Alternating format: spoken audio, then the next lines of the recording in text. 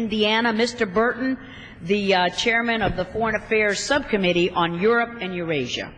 Thank the gentleman for yielding. Let me just say that we all talk about what Ronald Reagan did as president and the great things he did for the country and for the world, but I want to tell you a story that's a personal story of mine.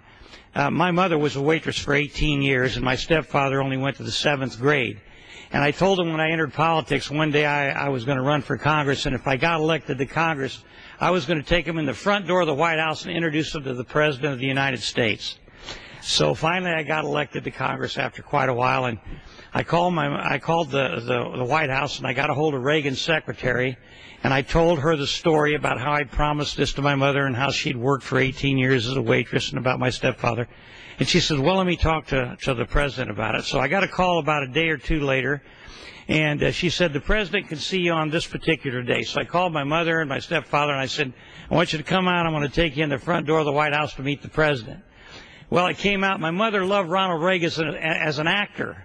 He was her favorite. And so here she was coming in the front door of the White House, and I've got her hand in one hand and my stepfather in the other, and they're both shaking because here they are, very common folks, and they're going to meet the most powerful man in the world and her great actor favorite.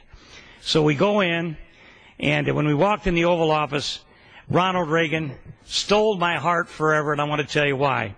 He came up, and he looked at my mother, and he looked at me, and he put his arm around me, and he says, Miss Kelly, I want you to know your son is one of the brightest young men we have in Congress, and he's going to do great things for America. And I know you had to wait on tables, and I know he shined shoes, and I know you had a tough time. We had a tough time in my family like that. And he says, but I know things are going to be great from here on out, and you ought to be very proud of him. And I kept thinking, how does he know all this?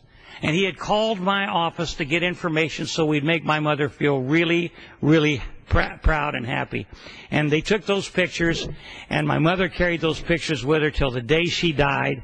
And from that moment on, I'd have done anything for that guy. He could walk on water. He was not only a great president, he was a great human being. Thanks for the time. Thank you, Danny.